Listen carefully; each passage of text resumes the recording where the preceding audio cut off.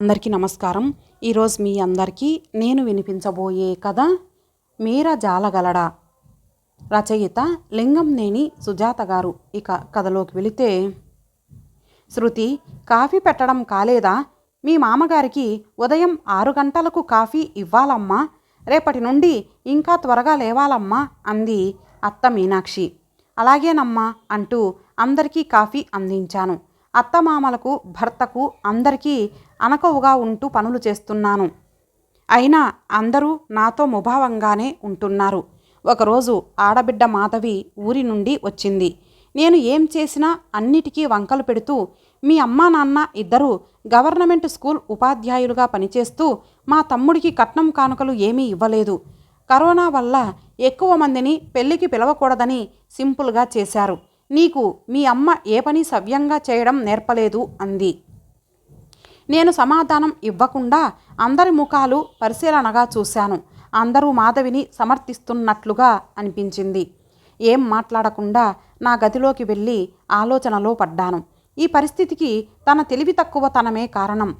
అమ్మ శ్రీదేవి, నాన్న శ్రీధర్ తనను ఎంతో గారాబంగా, పనిచేస్తే కందిపోతుందేమో అన్నట్లుగా అపురూపంగా పెంచారు.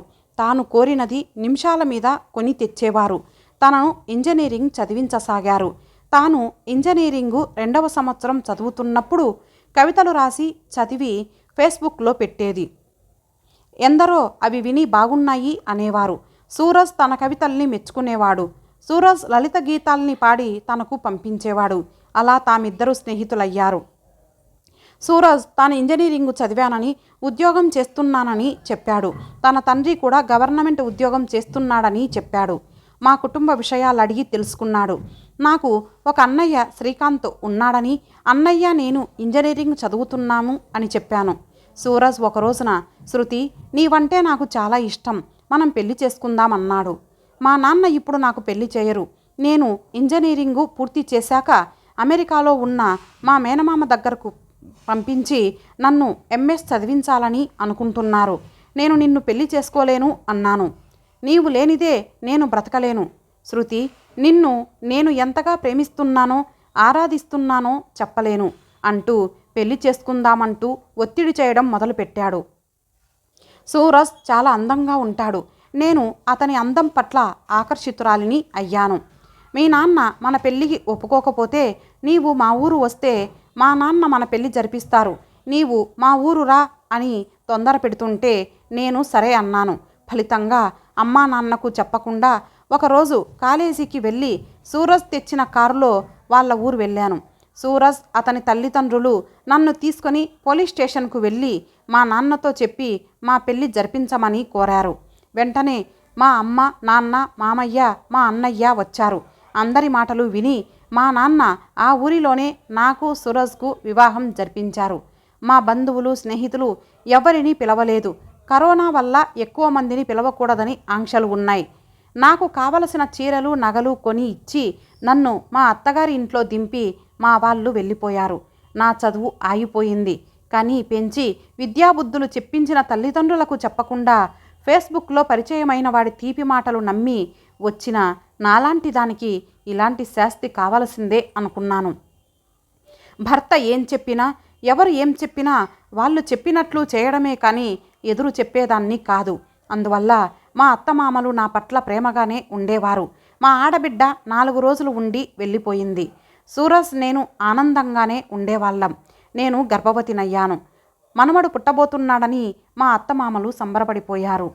7వ నెల రాగానే మా అమ్మ నాన్న వచ్చి సీమంతం చేసి నన్ను తమ ఊరికి తీసుకువెళ్ళారు. మా అత్తగారింట్లో నా జీవన విధానాన్ని అమ్మ అడిగితే చెప్పాను. నాన్న పక్కన కూర్చొని విన్నారు. సూరజ్ ఇంజనీరింగు చదవలేదని, డిప్లొమా చదివాడని, ఉద్యోగం ఏమీ లేదని, 2 పనివాళ్లను పెట్టుకొని ఏసీలు, టీవీలు రిపేర్ చేసే షాప్ పెట్టుకున్నాడని చెప్పాను. నీవు చదువు పూర్తి చేసి ఉంటే ఎంతో మంచి సంబంధం తెచ్చేవాళ్ళమని అమ్మా నాన్న బాధపడ్డారు. ఆడపిల్లకు తల్లిదండ్రుల కన్నా వేరే దైవం లేదు. ఈ విషయం ఆలస్యంగా తెలుసుకున్నాను. నాకు ఆడపిల్ల పుట్టింది. బారసాలకు అత్తగారింటి వాళ్ళు వచ్చి వెళ్ళారు. నా భర్త సూరజ్ అప్పుడప్పుడు వచ్చి 2 రోజులు ఉండి వెళ్ళేవాడు. సూరజ్కు ఫోన్ వస్తే మా తోటలో దూరంగా వెళ్ళి మాట్లాడేవాడు. ఇది నాన్న కూడా గమనించారు. ఒకరోజు నాన్న నాతో, నీవు ఇంట్లో ఉంటే సూరజ్ తోటలోకి వెళ్ళి అరగంట సేపు ఎవరితోనో మాట్లాడుతున్నాడు. అల్లుడి ప్రవర్తన మీద నాకు అనుమానంగా ఉంది. అతను స్నానం చేసేటప్పుడు, నిద్రపోయేటప్పుడు ఫోన్ తీసి ఎవరితో మాట్లాడుతున్నాడో గమనించు అన్నారు. సూరజ్ స్నానానికి వెళ్ళినప్పుడు ఫోన్ తీసి చూస్తే ఎందరో ఆడపిల్లల మెసేజ్లు ఉన్నాయి. కొంప మునిగిందనుకొని నాన్నకు చెప్పాను. అవన్నీ ఫోటోలు తీయమని, సూరజ్ను 1000 కళ్ళతో కనిపెట్టమని నాన్న చెప్పారు. సూరజ్ స్నానానికి వెళ్ళినప్పుడు ఒకరోజు ఫోన్ వస్తే తీశాను. ఎవరో ఆడపిల్ల, ఎప్పుడు వస్తావు సూరజ్? నీకోసం కళ్ళు కాయలు కాచేలా ఎదురు చూస్తున్నాను. మనం ఎప్పుడు పెళ్లి చేసుకుందాము అంటోంది. ఆ మాటలన్నీ నా ఫోన్లో రికార్డు చేశాను. అమ్మ, నాన్న, నేను ఆలోచించాము.